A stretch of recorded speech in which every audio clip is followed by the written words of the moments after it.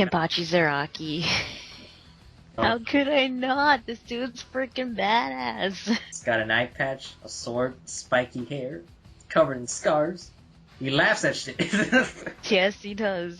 No, it's just the thing is with Kenpachi is that he was the only one that not only uses his Zanpakuto, but he doesn't use like Shikai or Bankai, well, until the current arc moment. But he just needs his like sheer force and power. I mean, to face off his opponents.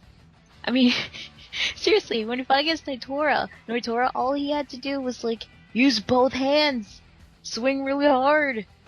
Plus 1 equals 2 more power. Yeah, and every single fight he's in was always entertaining. Well, minus the Gremmy fight, because Gremmy sucks with the power of imagination, but Kenpachi still kicks ass. I mean, not even space can kill him. Wow. Yeah. The beastness that is Kenpachi. Yeah. Epic voice actor. Nice for you to join us. I mean, I guess it's nice that we finally got that flashback between him and Unohana, the first Kenpachi, so to speak. Yeah. Oh yeah, did they elaborate on that shit or no? I mean, Yeah, it just gave him a little humanity. He actually like cared for someone else beside. Who's the guy on his back's name again? I forget his name. You mean the girl on his Yeah, the girl. Chihiro. Yeah, Chihiro. Yeah, besides Chihiro, like Unohana's the only other person that he outright cares for. Like he even shed a tear. So. Because he's manly. Yeah. It's just so brutal, though. I love it. Did you like that fight he had against Ichigo? Oh my goodness. Oh man, yeah, that was like wow. On purpose, man. It's like he's literally he said, "Come at me, bro." Like. Yeah, the axe looks like Bui's, but it's so appropriate. I love it. As to that savage nature of him. Yeah, but we don't know its ability though. Its ability is to cut people's heads off. Yeah, I mean, if you guys don't know who Bui is, I'm talking about Bui from Yu Hakusho. The axe looked like his. Yeah. The Super Shredder. Super Shredder. Starju. Oh. Second favorite character in the series. Love the fire manipulation. Love the burner knife. Love the mask that he has. The long hair. The leather clothing. The burns and scars make him look badass. He actually beats Toriko too. I mean, of course, Toriko uses like the appetite double and all that, but he was pretty much. I mean, I reread it. To me, it seemed like he was definitely stronger than Toriko when they fought in the Cooking Festival arc. Yeah, I just love the fire abilities. Like that one panel where he just brings out the burner knife and he's fire. Oh yeah. Looks so good. Told him to the side, let his hair flow on the fire surrounded. And the blood and the violence during that fight. Oh, so good. I know, right? It was so on the manga. Well, one thing I noticed that the anime did is that they made his hair more like Raditz or Madara a little bit. I was thinking like you and me also get the problem that we kind of want to call him Midora at times also. So. Yeah. Yeah, I mean, he's kind of reminding me of Midora. I don't know. I'm kind of wondering, are they related or something? Could be. It just seems like they're the two only characters that have these long black hair, like fucking. Yeah, second favorite character. I need to see him. Where's that star? Oh yeah, and he's the second strongest in the Bishakukai. He's a chef. Right. He's a badass chef, man. Probably is one of the most badass chefs in that series. See, he's intelligent too, also, because he figured that out, right? Didn't he? Didn't he suspect? Yeah, he did, and yet they couldn't suspect JoJo. Yeah. I love his name. JoJo. Like King of Lightning always says it like Starju. That reminds me of like the one scene in the anime where Toriko just shouts his name out. It's like Starju. You cold. It's got that presence, man, like that whole fire cloak and all that. His whole appearance is just so cool. Even when he was like a GT robot, like even then he's like, oh shit. Yeah. Guy's threatening. I just want to see how he was born with his gourmet cells. I'm sure that's going to be a good backstory. If Meteor is any indication, I'm sure Storgens will be good too. Like Phoenix Iki or something. I'm like, what? Like Phoenix Iki or something. Oh, like, I don't know. Phoenix Yeah, Iki. yeah, some kind of backstory. Phoenix Iki, yeah. Do you guys think he'll be like an Itachi or what? The way he's going, he might be like kind of like in that category. I could see him as a bit of an anti-hero. Yeah. One of the things that I realized in our previous discussions on this that we haven't brought up a female character, and recently I've been watching this one show called Cutie Honey. And don't let that name fool you because she is cute, but the thing is she's fucking violent. She cuts people's heads off with an axe, man. She goes straight. What? Yeah, like she's wearing a dress, like goes cutting people's heads off with an axe.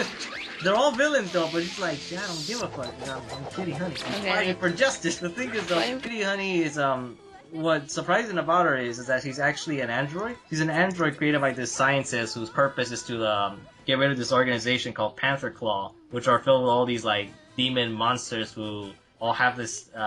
They all excel in thievery, and all of them are like cat themed type of enemies. She's basically a superhero fighting all these different enemies like for a revenge journey for killing her father, which was that scientist that made her. And throughout every encounter though, she brutally defeats every single one of her enemies with a sword or by some other method. Because the reason why is that Cutie Honey is actually a bit of a broken character because she could literally transform into anyone, but she could also create any weapon out of thin air. What? Yeah, that's the whole thing about her, that she has like. That's the reason when in Sailor Moon, you know how she has that pen to transform into people? Yeah. That's where it comes from. It comes from Cutie Honey. Same thing goes with the Moon Tiara boomerang. Cutie Honey also has her honey boomerang. What? Yeah, the only difference is that when Cutie Honey sends that boomerang up, it cuts people in pieces. Yeah, 'cause she's like the thing is though, she has this ability called the Honey Flash, which leads to as the name suggests, it leads to her literally flashing her opponent while she changes into another form.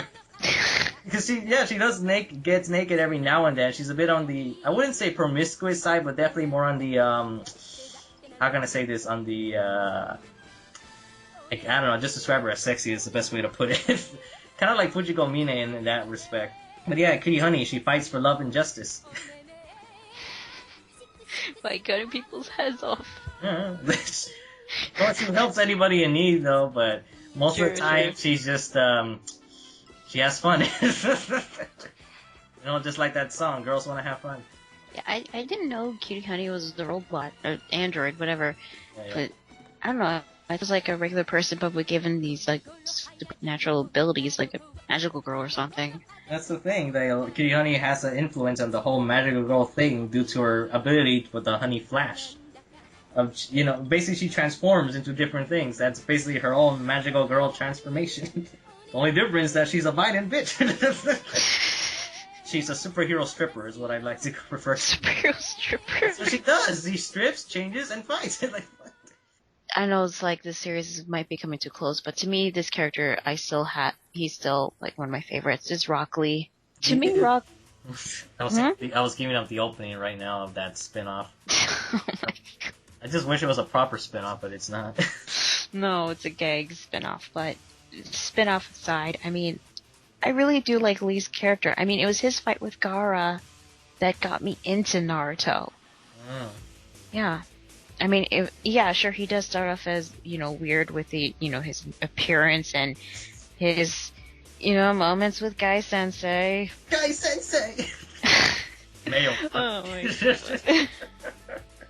But, all seriousness here, I mean, Lee kicks ass. I mean, all he does know is taijutsu, and even though he can't use ninjutsu or genjutsu, he still tries to become a shinobi by just using taijutsu and hard work alone, and that just makes him such a likable character. I mean, even when, he lost to Gaara, he was still willing to get up, even though he was, unconscious.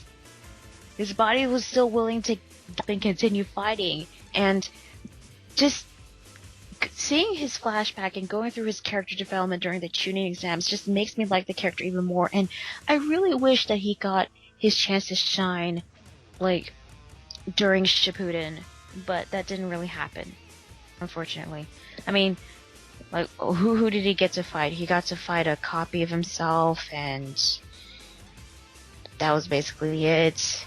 And he helped out in the war a little bit, and that's the he problem. kicked Madara. That's the problem is that Rock Lee doesn't have too much of an influence in Shippuden at all. Yeah, which is such a shame, but because Lee is my favorite character in the series. He's one of my favorite characters. And he still is, no matter what. No, because Rock Lee's like, he was manly before I even knew what manly was. Yeah. I don't know, that shonen bravado that he has with his sensei as well, but my problem with one of the series is that they never see that fated battle of Rock Lee versus Neji. Come on. Yeah, that was one of the things about Lee's character, is that he worked hard to like surpass his rival, which was Neji, sorry. And then he wanted to fight against Sasuke. He also wanted to fight against Naruto. And, well, unfortunately those never, like, happened. Well, he fought against Sasuke once and he would have won, except that stupid turtle had interfered. That turtle's never appeared again, now that I think about it. Yeah, no, the turtle appeared once. Oh. Yeah, but as a stepping stool. Oh my god. Yeah. But yeah, I mean, with Neji now, dead, there will be, like, no fight between the two. If Falcon Punch was here, I know he was gonna say he was hoping for Rock Lee to turn into Kenshiro after seeing that death, but he didn't. Yeah, because I mean the moment's perfect. Your rival has died. Your enemy, your rival and friend has been taken away from you. What do? You shed the manly tears and power up. Well, he shed the manly tears and he did man up, but all he did was kick Madara. So that's something, I guess. Even Guy had his one moment too. God, Guy had more fun Lee in Shippuden. Yes. He did, which, is a perfect opportunity for him to get some, character development. I mean, Shikamaru got character development after Asuma died, so Lee might have that too. Nope, Naruto comes in and heals him. Fucking Sage 6 fast powers. Ugh. That's why with Rock Lee, it's all about the muscle. You fight with your fists and your kicks. Because it was epic when he showed up, let me see. When Naruto was having trouble with Kimimaro, Rock Lee just shows up out of nowhere. It's like, oh shit, then Drunken Fist style. Oh my god, I freaking love Drunken Fist. They didn't bring it up in the manga, but they did bring it up in one of filler episodes in Shippuden, and in the first Naruto Shippuden movie, they made him like drunk 8 Gates Lee. Yeah, I know, that's epic. That was awesome. And I just really hate it when some characters introduce and they just stop being focused on them after a while. Yeah. Well, the one that I probably fanboy over the most would probably be like Gon. Okay. From Hunter x Hunter. Uh-huh. I feel like when he has a victory, I get really happy, ecstatic about it, because you just don't know when he's gonna win and when he's not. But as for me being impressed as him as a character and character development, and not really. He's pretty two-dimensional, which is, again, it doesn't take away from the manga or anything. He's an adventurous boy. That's what he is. Yeah. So, I mean, he's just your typical, I guess, Shonen Jump main character. Easy to understand, easy to trust. I would say the one that I'm the most impressed in terms of character development would have to be the original main character of Gantz. So I forget it. I'm really bad with names. I think it's... we're talking about the one that stuck through the beginning of the series, got run over by the train, or the... Yeah. Okay, yeah, then it's Kei Korono then. Yeah, I thought, because, and the reason why I'm impressed with his development is because he went from being kind of a not so decent human being to a decent human being. And that would never have happened had he not experienced life and death situations. So I thought that part was interesting, where it's the life and death part kind of makes you decide who you actually want to be. So, but I mean, they usually don't have that. They usually have like a good person turning into a bad person, but usually not the other way around, Yeah, the rehabilitation. Yeah, where his life was just kind of, he was obviously not a good person. He wasn't a horrible person, he just wasn't a good person. So, I'm really most impressed with, that's the one that sticks into my mind That is it. Well, that's good to hear, because I'm thinking, like, hey, Kurono, pervert who loves to...